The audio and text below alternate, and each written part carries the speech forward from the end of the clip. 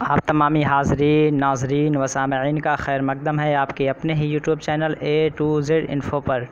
Friends, आज हम discuss करेंगे मौलाना आज़ाद नेशनल उर्दू यूनिवर्सिटी 2020 में जो आपका एंट्रेंस टेस्ट होने वाला है उसके हवाले से हम मॉडल टेस्ट और स्पेशल उर्दू के डिस्कस करेंगे, जो आपके जनरल उर्दू में भी काम आएंगे 10 मार्क्स के, या फिर जो ऑनर्स जिनका है उर्दू में और बीएड इन उर्दू करना चाहते हैं उनके लिए 100%। और ये 50-50 का सेट होगा और एक सेट अभी तक मुकम्मल हो चुका है मेरा 50 का 2 पार्ट्स में, तो उन्हें आप प्लीज़ देख लें और इग्नोर ना करें, इसलिए कि ऐसे ही क्वेश्चंस आएंगे। तो मतलब फाइनल स्टेज चल रहा है, समझ लीजिए कि अब इसे मतलब अगर आप इग्नोर करेंगे तो काफ़ी दुश्वारी आपके लिए खड़ा हो सकती है। तो वीडियोस को आप पूरा सेट वाइज देखें और इस सेकंड सेट को भी हम 2 पार्ट में करेंगे 25-25 करके, ठीक है। 20-25 का हम सेट बना के इसको आपको कोशिश करेंगे कि लिंक इसका जो है ग्रुप में मैं दे दूंगा, या डायरेक्टली आप चैनल को सब्सक्राइब करके अपडेट रहिए। जब कभी भी मैं वीडियो बनाऊंगा उसका नोटिफिकेशन आपको पहुंच जाएगा और आपकी जो तैयारी स्ट्रेटजी है बहुत अच्छी हो जाएगी। तो प्लीज़ पहले सेट को ज़रूर देखें, सेकंड बन रहा है इसे भी देखें, और आपके जो 50 मार्क्स होंगे जनरल के वो आपके कवर हो जाएंगे। मेरे जो प्रैक्टिस सेट मैं बनाया हूँ प्रीवियस ईयर्स का एनालिसिस करके कि प्रीवियस ईयर में क्वेश्चंस किस तरह आए हैं, या जिन जिन पोर्शंस को मैं टच किया हूँ उसके तमाम एरियाज़ को कवर कर दिया हूँ। तो उन्हें अगर 23 पार्ट्स को आप देखेंगे तो आपके अच्छे खासे क्वेश्चंस कवर हो जाएंगे। आउट ऑफ 15 आपके बहुत अच्छे खासे नंबर्स ऑप्टेन आप कर सकते हैं, तो इन्हें भी देखें। तो चलिए स्टार्ट करते हैं। दोस्तों को शेयर कीजिए, पहली बार जो चैनल पे हैं सब्सक्राइब करें, चैनल को बेल आइकॉन को दबा के रखें ताकि नोटिफिकेशन आपको पहुंचे, शिकायत आपको ना रहे। और वीडियो को लाइक करके स्टार्ट करते हैं। एक बार शेयर करें उन दोस्तों को जो अभी तक नहीं आया या जो मानू के प्रिपरेशन कर रहे हैं, उन्हें इस चैनल के बारे में पता नहीं, ताकि वो लोग भी चैनल से फ़ायदा उठा सकें और आप उन्हें गाइड करें, ठीक है। तो स्टार्ट करते हैं। आप लोग भी प्रैक्टिस करने की कोशिश कीजिए और इसका आंसर सही डायरेक्शन में देने की कोशिश करें। तो चलिए स्टार्ट करते हैं क्वेश्चन नंबर 1। और आप लोग भी जितने लोग भी देख रहे हैं या जो ऑफलाइन देख रहे हैं, कॉपी पेन लेके बैठें, अपने आंसर खुद अपने कॉपी में सवाल नंबर डाल के 1-2 करके डालते जाएंगे और आंसर करते जाएंगे। जो गलत होगा उसको गलत मार देंगे, या जो सही होगा उसको सही करके टोटल आउट ऑफ 25 कितने करेक्ट कर रहे हैं ये बताना ज़रूरी है। एनालिसिस करना पड़ता है, अगर आप एनालिसिस करेंगे तो आपको बिल्कुल सही हो जाएगा। अगर आउट ऑफ 15 आप 30+ ला रहे हैं तो 30+ अगर आप आउट ऑफ 15 ला रहे हैं तो एक हद तक आपकी प्रिपरेशन ठीक चल रही है, ठीक है। तो ये अंदाज़ा होता है ख़ुद के एनालिसिस से, अपने सेल्फ इवेल्यूएशन से, ज़ाती तयन क़दर से। तो स्टार्ट करते हैं।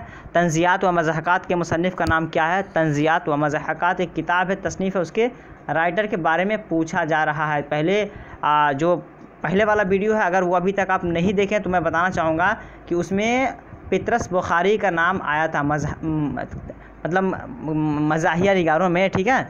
मज़ाहिया निगारों में पतरस बुखारी का जिक्र आया था, लेकिन यहाँ तंज़ियात यानी तंज़ किसी को कहते हैं कि आलोचना करना किसी का, या किसी को क्रिटिसाइज़ करना, ठीक है, किसी पे तनक़ीद करना। तो ये किताब है तंज़ियात व मज़हक़ात के मुसन्निफ़ का नाम क्या है? तो जब तक हम इसको डिफ़ाइन कर रहे हैं तब तक आप लोग आंसर कर लीजिए अपने, और फिर उसको नोट कर लीजिए। तो यहाँ पे बिल्कुल जो 4 है सही हो जाएगा, रशीद अहमद सिद्दीकी। तंज़ियात व मज़हक़ात के जो राइटर हैं रशीद अहमद सिद्दीकी, ऑप्शन 4 इसका बिल्कुल सही हो जाएगा। नेक्स्ट क्वेश्चन देखते हैं।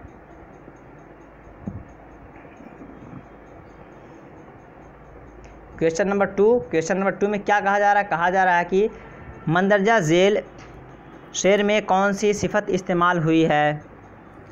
मंदरजा झेल में कौन सी सिफत इस्तेमाल हुई है आपको बताना है। उसे आप सिफत कह लीजिए, यानी सिफत, ठीक है, सिफत कह लीजिए या सनाअत कह लीजिए, ठीक है। सनाअत भी इसी को बोलते हैं, क्योंकि सनाअत जो होता है वो भी, उसमें भी एक तरह की खुसूसियत पाई जाती है कि वो किसी न किसी खुसूसियत को शामिल किए हुए होता है, या तो आपका तलमी होगा, किनाया होगा, मुशाबे होगा, मुशब्बह बिही होगा, जो भी होगा वो आपका सनाअत होता है, या फिर सिफत पूछा जा रहा। तो यहाँ बताना कि मंदरजा झेल शेर में कौन सी सिफत इस्तेमाल हुई है। आप शेर पढ़ लेते हैं पहले। अब तक ये सदा आती है मूसा की लहद से, अब तक ये सदा आती है मूसा की लहद से, आवाज़ सुनी है तेरी सूरत नहीं देखी। अब तक ये सदा आती है मूसा की लहद से, आवाज़ सुनी है तेरी सूरत नहीं देखी। ऑप्शंस आपके यहाँ दिए गए हैं, इश्तियाक है, तजाहुल अरफाना, तलमीह, तजाद। तो क्या है इसका करेक्ट आंसर? तजाहुल अरफाना को आप निकाल सकते हैं या फिर आप कंफ्यूज हो सकते हैं। तलमीह तजाहुल अरफाना में अगर आपको कन्फ्यूज़न है तो मैं बताना चाहूँगा, इश्तियाक वगैरह तो आप थोड़ा निकाल देंगे, बहुत ज़्यादा इस्तेमाल नहीं होता है। तजाद वगैरह भी समझ जाते हैं कि एक दूसरे का विलोम होता है, मतलब मुतजाद होता है, विरुद्ध होता है, वो एंटोनिम होता है, ठीक है। तो यहाँ पे जो करेक्ट जो ऑप्शन आपको कंफ्यूज करेंगे तजाहुल अरफाना या फिर तलमीह, तो थोड़ा सा दोनों को समझ लेंगे हम कि तजाहुल अरफाना क्या होता है या तलमीह क्या होता है। तजाहुल अरफाना कहते हैं कि किसी चीज़ को जानते हुए भी उससे आप ना अनजान बनना। मसलन कि आपके गांव में किसी के घर चोरी हो गई, ठीक है, या किसी के घर चोरी हो जा रही है और आपको पता है उसके बारे में, कोई आके फिर पूछता है यार देखो उसके घर में चोरी हो गई, तो आप कहते हैं हाँ क्या हुआ, किसके घर में चोरी हो गई। आप जान रहे हैं फिर भी एक तरह का ना अनजान बन रहे हैं, ठीक है, अननोन बन रहे हैं, तो उसे बोलते हैं तजाहुल अरफाना की जानते हुए भी किसी चीज़ से ना अनजान बनना है। दूसरा है तलमीह।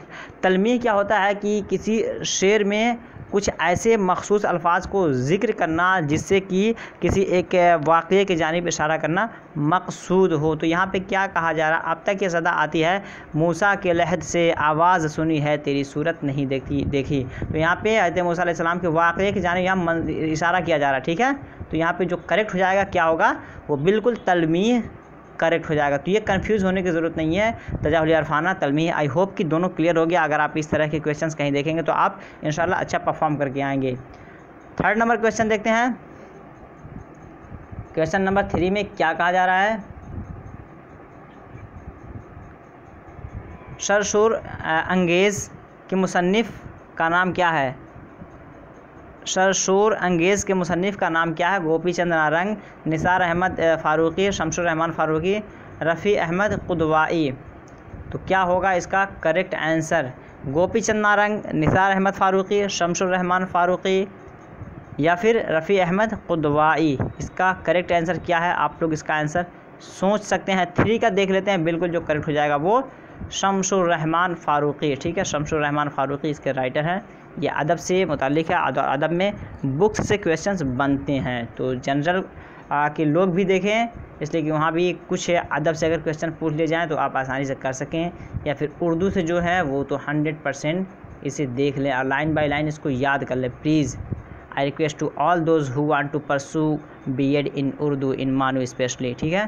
तो गुजारिश है उनसे कि वो ज़रूर देख लें, इसलिए कि उनके लिए काफ़ी बेनिफिशियल होने वाला है सेशन। अगला देखते हैं, करबल कथा किसकी तसनीफ़ है। करबल कथा किसकी तसनीफ़ है, फजली है, वजही है, नुसरती है या हाशमी। क्या होगा इसका करेक्ट आंसर। 4 का सही ऑप्शन क्या है, बताना है आपको कि करबल कथा किसकी तसनीफ़ है।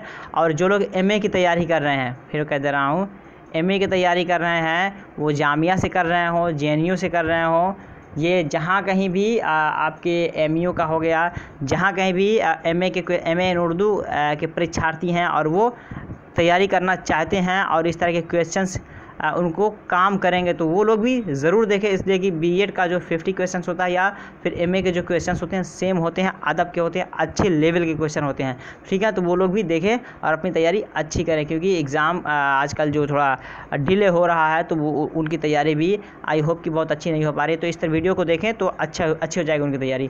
4 नंबर देखते हैं, करबल कथा हो गया आपका यहाँ से।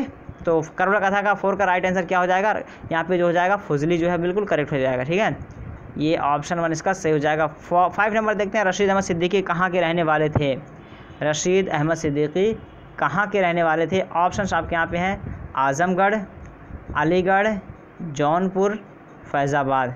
तो रशीद अहमद सिद्दीकी कहाँ के रहने वाले थे ये आपको बताना है। उनका कह सकते हैं कि आबाई वतन ना कह के बल्कि आबाई मकाम, आबाई उनका रहन सहन कहाँ है ये आपको बताना। 5 का राइट आंसर क्या हो जाएगा, किस जगह के थे रशीद अहमद सिद्दीकी। और इनका एक स्टेटमेंट है, इन्होंने उर्दू को क्या कहा था, उर्दू गज़ल को के बारे में उनका एक स्टेटमेंट है, उसे भी आप देख लीजिए, फर्स्ट वीडियो में है, ठीक है। तो वो स्टेटमेंट भी इनका पूछा जाता है, रशीद अहमद सिद्दीकी का है, ठीक है।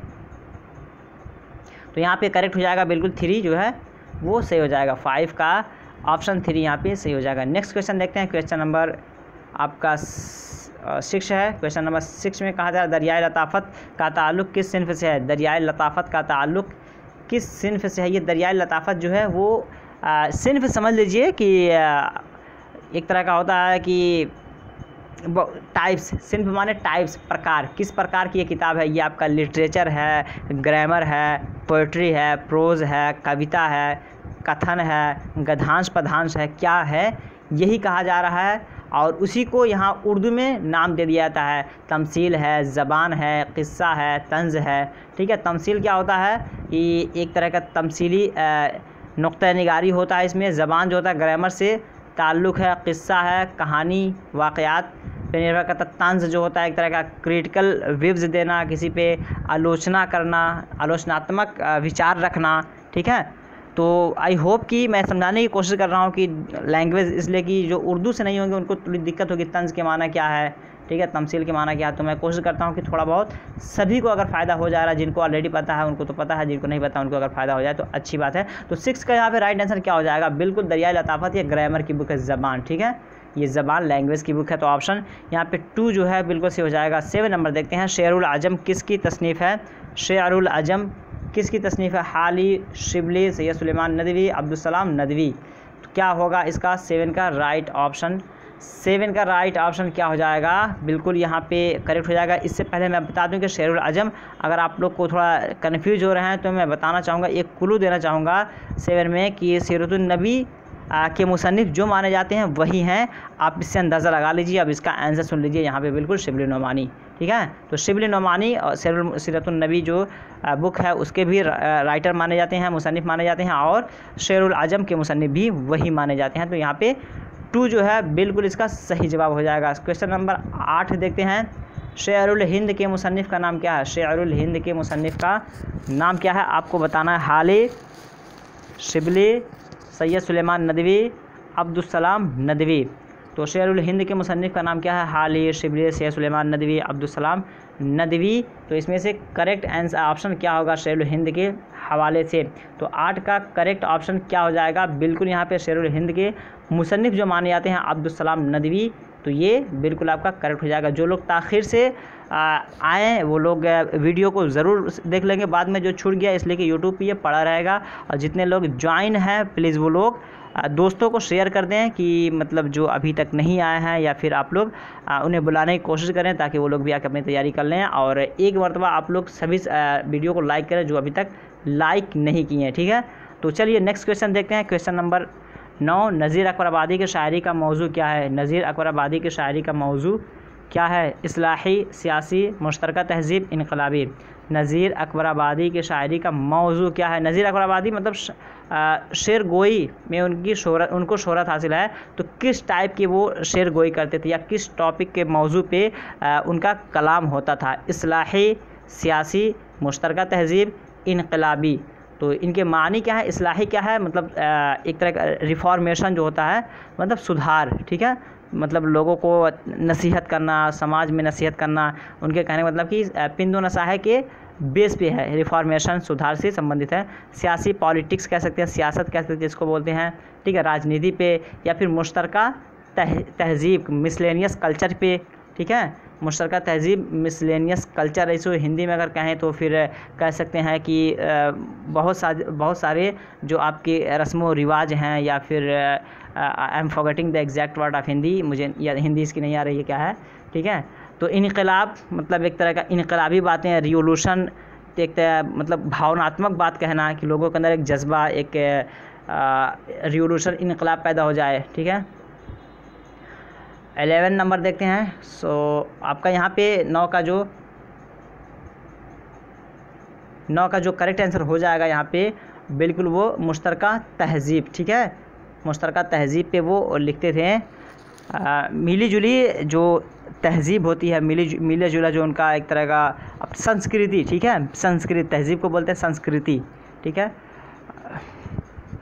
जुड़े हुए बहुत सारे संस्कृति पे लिखते थे। 10 नंबर देखते हैं, किसने उर्दू खतूत को मुकालमा बना दिया।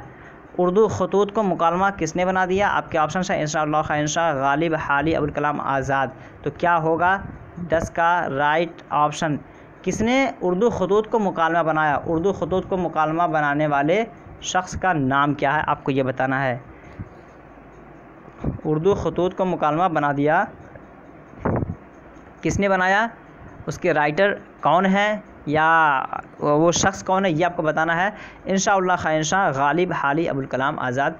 प्लीज़ मैं इसलिए थोड़ा टाइम लगा रहा हूँ कि आप लोग आंसर कर लें, और ऐसा नहीं कि मेरे आंसर का वेट करें, पहले आप खुद अपना जहन लगा के आंसर करें। गलत हो रहा कोई बात नहीं, लेकिन आप अगर जहन लगा रहे हैं फिर मेरे आंसर को सुनेंगे तो आई होप कि ज़्यादा फ़ायदा करेगा वो आपको। तो यहाँ पे 10 का जो करेक्ट हो जाएगा गालिब, ठीक है, मिर्ज़ा असदुल्लाह खां गालिब, ठीक है। मिर्ज़ा नौशाह भी इन्हीं को कहा जाता है, याद रखिएगा, मिर्ज़ा नौशाह, मिर्ज़ा नौशाह के नाम से भी यही जाने जाते हैं, तो इसे भी आपको याद रखना है। तो यहाँ पे 9 का जो करेक्ट हो जाएगा आपका जो गालिब है ऑप्शन 2 बिल्कुल ये सही हो जाएगा। क्वेश्चन नंबर 11 देखते हैं। 11 में क्या कहा जा रहा है, गालिब किस बादशाह के उस्ताद थे। मिर्ज़ा असदुल्लाह खां गालिब किस बादशाह के उस्ताद थे। इट्स मीन कि आपका दिमाग ऑटोमेटिक जाएगा कि ब्रिटिश से पहले यानी मुग़लिया दौर के जो बादशाह थे उनके हवाले से बात की जा रही है कि इनमें से कौन सा ऐसा बादशाह है जो मिर्ज़ा असदुल्लाह खां गालिब के शागिर्द हैं। ऑप्शंस आपके यहाँ दिए गए हैं, शाह आलम रंगीले, बहादुर शाह ज़फ़र या फ़र्ख शेर। तो क्या होगा इसका करेक्ट आंसर, 11 का करेक्ट आंसर क्या होगा, अगर पता है तो आंसर कीजिए। इसको एक तरीके से और बनाया जा सकता है, ठीक है। आंसर पहले आप देख लेते हैं, आंसर इसका जो है बिल्कुल बहादुर शाह ज़फ़र, ठीक है। बहादुर शाह ज़फ़र से बहुत सारे क्वेश्चंस बनते हैं जो SST के हैं, वो भी ध्यान दें, इसलिए कि मैं उर्दू में SST की बातें भी बताता हूँ और SST के जहाँ कहीं होता है और अगर उससे उर्दू का रिलेशन होता है तो वहाँ भी मैं बताता हूँ। तो बहादुर शाह ज़फ़र से पूछा जाता है डायरेक्ट हिस्ट्री में कि मुग़लिया दौर के आखिरी बादशाह कौन है, हाकिम कौन है, तो बहादुर शाह ज़फ़र का नाम आता है। और एक सवाल और ये बनता है कि किस मुग़लिया हाकिम से अंग्रेज़ों ने हुकूमत छीनी, तो बहादुर शाह ज़फ़र से। या फिर ये बनता है कि बहादुर शाह के जो क्या नाम दौरे हुकूमत है का आखिरी साल कौन सा है, तो 1857। या फिर पूछा जाता है कि बहादुर शाह ज़फ़र के साथ अंग्रेज़ों ने क्या किया, कैद करके रंगून भेज दिया। तो इस तरह के ऑप्शंस बनेंगे, या फिर डायरेक्टली हम इसको ऐसे बना सकते हैं। थोड़ा सुन लीजिए, फ़ायदा करेंगे। आप क्रिटिकल व्यू से जब हम क्वेश्चन को सॉल्व करते हैं तो और फ़ायदा होता है। तो इसमें एक क्वेश्चन ऐसे बनेगा कि बहादुर शाह ज़फ़र मज़कूरा में से किसके शागिर्द हैं। बहादुर शाह ज़फ़र मज़कूरा में से किसके शागिर्द हैं। ऑप्शंस में दे देगा, गालिब दे देगा, हाली देगा, मौलाना आज़ाद, सर सैयद। तो जाहिर सी बात है, अगर कॉन्सेप्ट क्लियर आपका है तो फ़ौरन आप आंख बंद करके गालिब को मारेंगे और कहेंगे कि 1 नंबर पक्का है। तो ठीक है, यहाँ पे जो पूछा गया यहाँ पे आपका ऑप्शन 3 बिल्कुल सही है। हाली की किताब का नाम क्या है। हाली की किताब का नाम आपको यहाँ खाली बताना है। बिनातुन्नाश है, मजालिसुन्निसा है, तुहफ़तुन्निसा है, तौबतुन्नुसूह। तो क्या होगा इसका करेक्ट आंसर, ऑप्शन बताइए कि 12 का सही जवाब क्या होगा। 12 का जो सही जवाब यहाँ पे होगा, पहले आप लोग आंसर कर लीजिए, उसके बाद मेरे आंसर को सुनिए। तो 12 का देखिए, चल आंसर देख लेते हैं। 12 का यहाँ पे जो बिल्कुल सही हो जाएगा मजालिसुन्निसा, यानी ऑप्शन जो 2 यहाँ पे है बिल्कुल सही हो जाएगा, मजालिसुन्निसा। ये अल्ताफ़ हुसैन हाली की तसनीफ़ है। हाली का पूरा नाम क्या है, अल्ताफ़ हुसैन हाली। इसे भी देख लीजिए, यहाँ से भी सवाल पूछ लेता है कि अल्ताफ़ हुसैन हाली का तखल्लुस तो दे देगा, कहेगा हाली का पूरा नाम क्या है, तो अल्ताफ़ हुसैन, और तखल्लुस उनका जो है हाली है। तो तखल्लुस क्या होता है, एक पेन नेम होता है जिसको हम कलमी नाम कहते हैं, जिसको शायर अपने शेर में या फिर अपनी तसनीफ़ में लास्ट में लिखता है, डिनोट करने के लिए, किसी चीज़ को डिनोट या डिकोड करने के लिए, ज़ाहिर करने के लिए इस्तेमाल किया था पेन नेम को।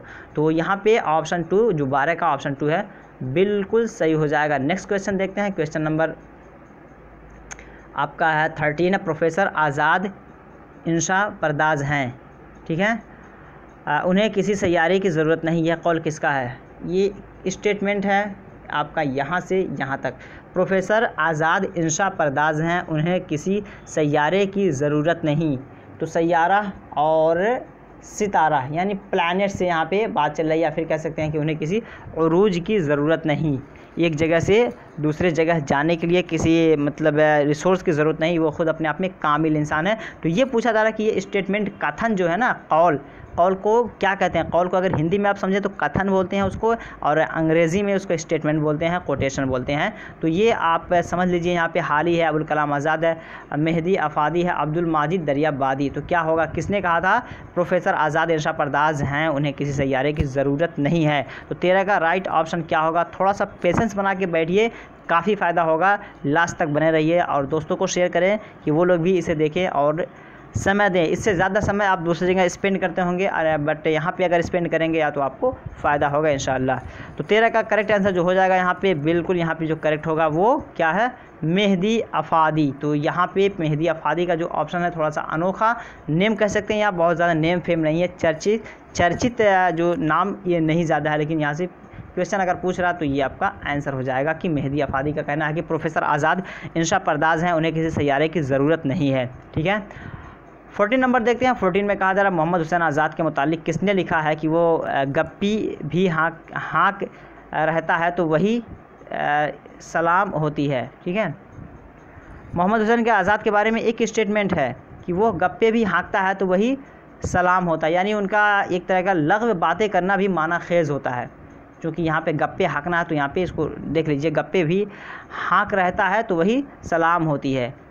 तो उनकी बात को तक़वियत देने के लिए या उनके स्टेटमेंट को एक स्ट्रेंथ करने के लिए, मजबूत करने के लिए ये बोला जा रहा है। तो ये स्टेटमेंट किसका है, सर सैयद है, मोहसिनुल मलिक है, हाल है या शिबली है? तो किसका स्टेटमेंट है ये आपको बताना है कि 14 का करेक्ट ऑप्शन क्या होगा। 14 का यहाँ पे करेक्ट ऑप्शन जो हो जाएगा, बिल्कुल ये करेक्ट होगा, अल्लामा शिबली नोमानी। तो शिबली यहाँ पे करेक्ट हो जाएगा। उन्हीं का कहना है कि मोहम्मद हुसैन आज़ाद के मुतालिक किसने लिखा है कि उन्हीं का कहना है कि वो गप्पे भी हाँक रहता है तो वही सलाम होती है। नेक्स्ट क्वेश्चन देखते हैं, क्वेश्चन नंबर 15। क्वेश्चन नंबर 15 में कहा जा रहा है कि फिर चिराग लाल से रोशन हुए कदह व दफन, मुझको फिर नगमों पे उकसाने लगा मर्ग़े चमन। इस शेर में तशबीह किस हिस्से में है? ऑप्शंस आपके यहाँ पे दिए हुए हैं 1 2 3 4। इस तरह के सवाल आता है, थोड़ा समझने की ज़रूरत है, ऐसे ही नहीं आंख बंद करके मार देंगे। और चूँकि किसका ताल्लुक़ किससे है ये तो देखना ही पड़ेगा आपको। तो यहाँ पे आपको देखना है कि एक जो पोर्शन बनाया गया, पहला पोर्शन जो आपका पहला जो पार्ट है, जुज़ है, वो क्या है, फिर चिराग लाल से, ये आपका एक पोर्शन हुआ। दूसरे पोर्शन में क्या कहा जा रहा है, रोशन हुए कदह व दफन। तीसरे में कहा जा रहा है मुझको फिर नगमों पर उकसाने लगा। चौथे में क्या है, मर्ग़े चमन। ठीक है, तो यहाँ पे अब पूछा जा रहा है इस शेर में किस हिस्से में आपका तशबीह है। 15 का करेक्ट आंसर यहाँ पे क्या होगा। अब तो यहाँ पे बिल्कुल जो है मर्ग़े चमन, यहाँ पे एकदम अपने क्या नाम है, तशबीह दिया जा रहा है एक चीज़ को दूसरे से। तो यहाँ पे 4 जो है बिल्कुल सही हो जाएगा। 16 नंबर देखते हैं, एक चादर मैली में किसका नॉवेल्ट है?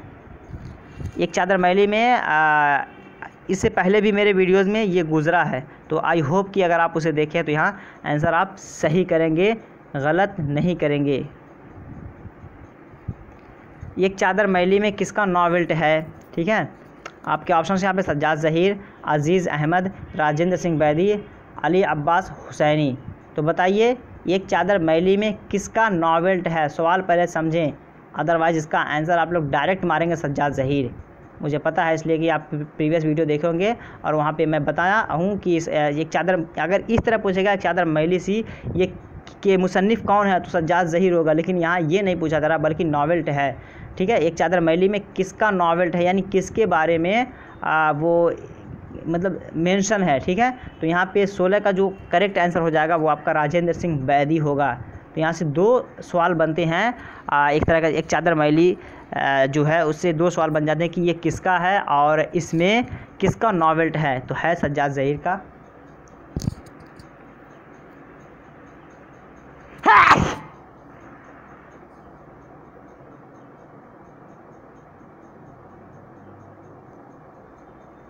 तो नेक्स्ट देखते हैं, नेक्स्ट हमारा है, सॉरी फॉर दैट, एक चादर मैली में किसका नॉवेल्ट हो गया। फिर नेक्स्ट देखते हैं 17 नंबर, सही इमला कौन है?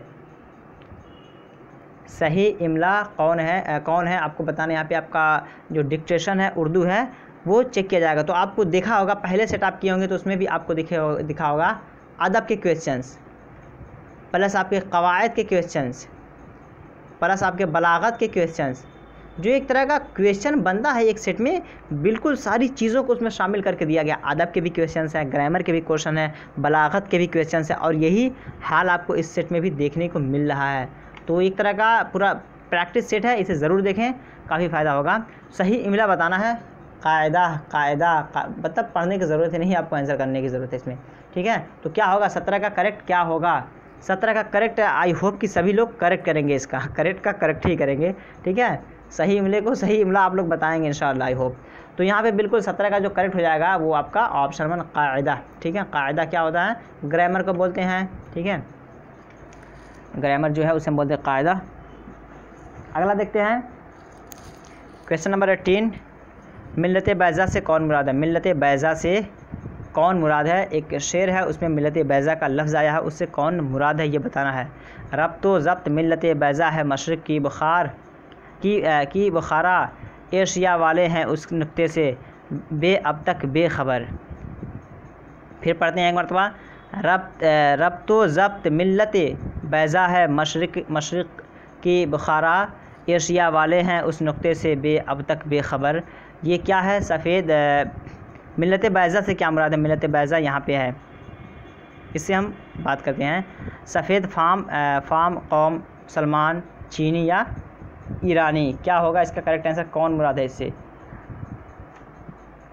18 का करेक्ट क्या होगा? मिल्लत बैज़ा से किनको मुराद लिया गया है? मिल्लत बैज़ा कह सकते हैं, मिल्लत के माने मतलब कम्युनिटी कह लीजिए, बैज़ा के माने सफ़ेद, यानी सफ़ेद कम्युनिटी के लोग, ठीक है। तो यहाँ पे चूँकि मुसलमान मुराद है यहाँ पे, ठीक है। मिल्लत बैज़ा से यहाँ पे मुसलमान, तो 18 का यहाँ पे 2 जो है बिल्कुल सही हो जाएगा। क्वेश्चन नंबर 19 देखते हैं, प्रेमचंद का असल नाम क्या है? प्रेमचंद का असल नाम क्या है? तो जैसे मैं बताया हूँ, इससे पहले ही आपको बता दिया हूँ कि हाली का पूरा नाम क्या है? अल्ताफ़ हुसैन तखल्लुस हाली है। तो इसी तरह यहाँ पूछा जा रहा है कि प्रेमचंद का पूरा नाम क्या है?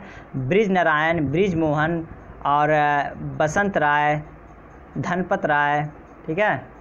तो क्या होगा यहाँ पे करेक्ट आंसर? प्रेमचंद का, यानी मुंशी प्रेमचंद का असल नाम क्या है? 19 का करेक्ट क्या होगा? तो यहाँ पे बिल्कुल जो 4 में कहा जा रहा है धनपत राय, ये आपका बिल्कुल करेक्ट हो जाएगा कि मुंशी प्रेमचंद का असल नाम क्या है? धनपत राय मुंशी प्रेमचंद, ठीक है। और फिराक गोरखपुरी का क्या नाम है? रघुपति सहाय,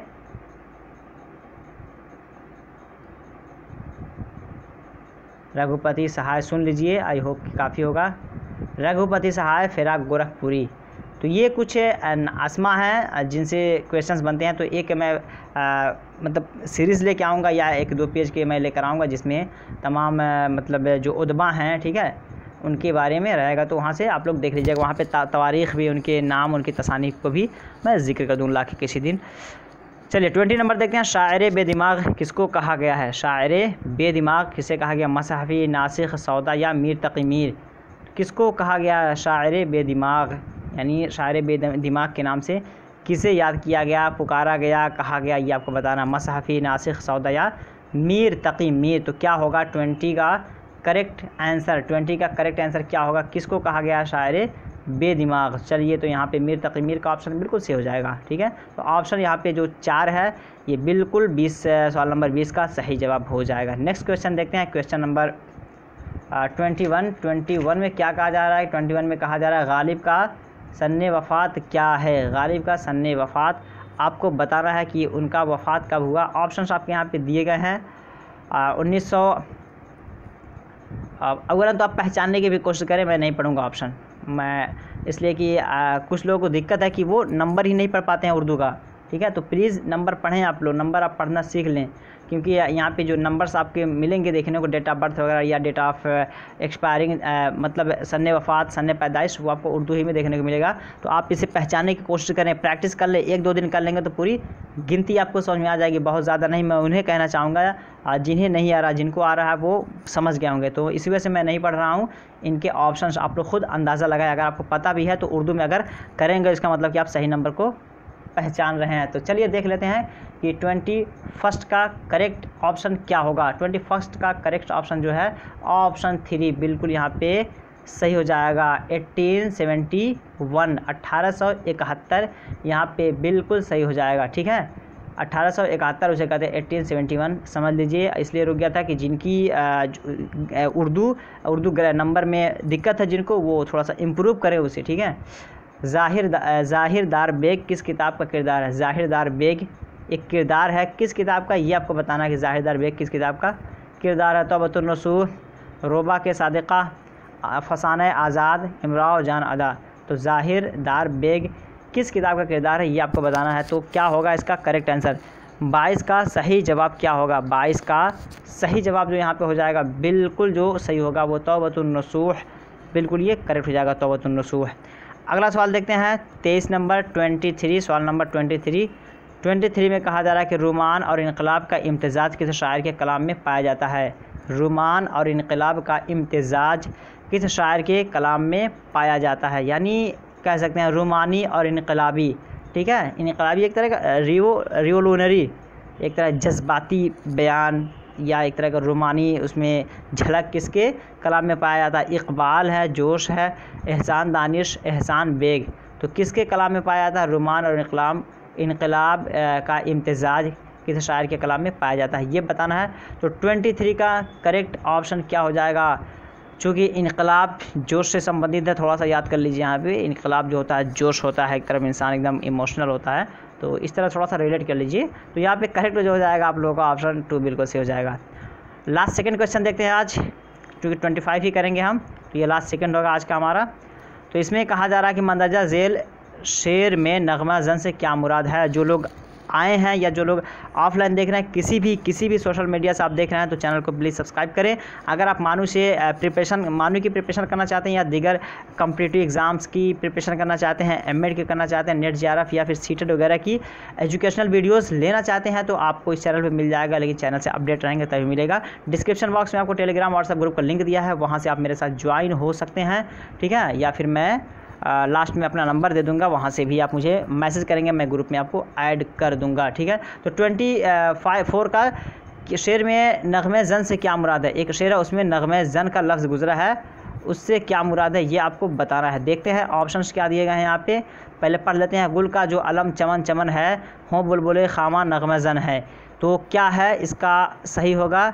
रग अलाप रहा है। रग अलाप मतलब क्या होता है कि सुर ताल मिलाना, गाना, ठीक है। जिस तरह सिंगर्स जो होते हैं, या आप में से कोई सिंगर है और आपको सिंगिंग में कमांड हासिल है, तो उसका अपना एक लायरिक्स होता है, अपना एक अंदाज़े तरन्नुम होता है अपना, तो उसी से रिलेटेड बात की जा रही है। फरियाद कर रहा है, लिख रहा है, गाना गा रहा है, तो क्या है इसका सही जवाब? ठीक है, गुल का जो अलम चमन चमन है, हो बुलबुल खामा नगमा ज़न है। तो यहाँ पे एक तरह का रिक्वेस्ट पाया जा रहा है, ठीक है। तो 24 का यहाँ पे क्या करेक्ट होगा? एक तरह का फरियाद कर रहा है, ठीक है, रिकमेंडेट करना, किसी से रिक्वेस्ट करना, सिफारिश करना, ठीक है। तो ऑप्शन यहाँ पे जो है 2 से हो जाएगा, फरियाद किया जा रहा है। इसमें नगमे ज़न से एक तरह का फरियाद का माना लिया जा रहा है, जो कि रिक्वेस्ट के माने में होता है। अगला देखते हैं 25 और ये लास्ट होगा। मंदरजा झेल शेर में कौन सी सनात इस्तेमाल हुई है? मंदरजा झेल शेर में किस सनात को इस्तेमाल किया गया? क्या फ़र्ज़ है सबको मिले एक सा जवाब, आओ ना हम भी सैर करें कोहे तूर का, ठीक है। आई होप कि आप लोग तजाहुर अरफाना को भी मैं समझा दिया हूँ, तलमीह को समझा दिया हूँ, लफ़ नश्र नहीं समझाया हूँ, तो इसको हम निकाल देते हैं। लेकिन आपको चारों को देख के आंसर करना है बिल्कुल। ये आई होप कि अभी मैं दोनों को जिक्र किया हूँ और मैं बता दे रहा हूँ, इसे मैं निकाल दे रहा हूँ, आपको ऑप्शन दे दिया कि ये दो में से क्या है। चलिए, दोनों मैं समझा दिया हूँ आपको। चलो मैं इसको थोड़ा डिफाइन कर रहा हूँ, तब तक आप लोग आंसर करने की कोशिश कीजिए। क्या फ़र्ज़ है कि सबको मिले एक सा जवाब, आओ ना हम भी सैर करें कोहे तूर की। यानी हज़रत मूसा अलैहिस्सलाम जब बारी ताला से अल्लाह तबारक ताला से कोहे तूर पे हम कलाम किए, तो बातचीत हुई मेराज में फिर हमको नमाज़ें तोहफ़तन मिली। तो एक तरह का कलाम है, कम्युनिकेशन है, ठीक है। तो ये कहा जा रहा है कि चलो हम भी चलें कोहे तूर का सैर करते हैं, लेकिन ज़रूरी नहीं है कि हम अगर कोहे तूर पे जाएंगे तो हम भी कलाम कर पाएंगे बारी ताला से, और हम भी कुछ तोहफ़तन ले सकते हैं। क्योंकि ये जो रुतबा हासिल है वो सबको ये ज़रूरी नहीं है, ठीक है। ये ज़रूरी नहीं कि सबको एक जैसा मिले। तो क्या होगा आप बताइए, तजाहुर अरफाना है या फिर तलमी है? 2 को तो निकाल दे रहे हैं, ज़्यादा कन्फ्यूज़न नहीं दे रहे हैं हम आपको। जितने लोग का ये कॉन्सेप्ट क्लियर है वो बिल्कुल आई होप कि करेक्ट आंसर कर रहे होंगे। वो तलमीह बिल्कुल है, वो मूसा अलैहिस्सलाम के वाक़े की जानिब इशारा किया जा रहा है। तो ये कुछ 25 क्वेश्चन थे। इजाज़त दीजिए, फिर मिलते हैं नेक्स्ट वीडियो में समाजी उलूम के साथ, या फिर किसी और नए वीडियो के साथ, या उर्दू ही के साथ। और उर्दू में अभी बहुत सारे क्वेश्चंस आपको कराने हैं। अभी आपको वाहिद जमा कराना है, ठीक है, वोकैबुलरी करा देंगे, मुतज़ाद करा देंगे, और मुझे अभी शोरा के जो तवारीख़ पैदाइश है, तवारीख़ अमवात हैं, यानी डेट ऑफ बर्थ है, एक्सपायरिंग डेट है, या उनके नाम का जो एब्रीवेशन है वो बहुत सारा अभी और 2-4 क्वेश्चन आता ही है। तो कोशिश कर रहा हूँ मैं उसको भी किसी दिन लेकर आऊँ। तो अब दीजिए इजाज़त, फिर मिलते हैं नेक्स्ट वीडियो में। तब तक के लिए have a nice day, have a good day, that's all, thank you, bye, खुदा हाफिज़, टेक केयर।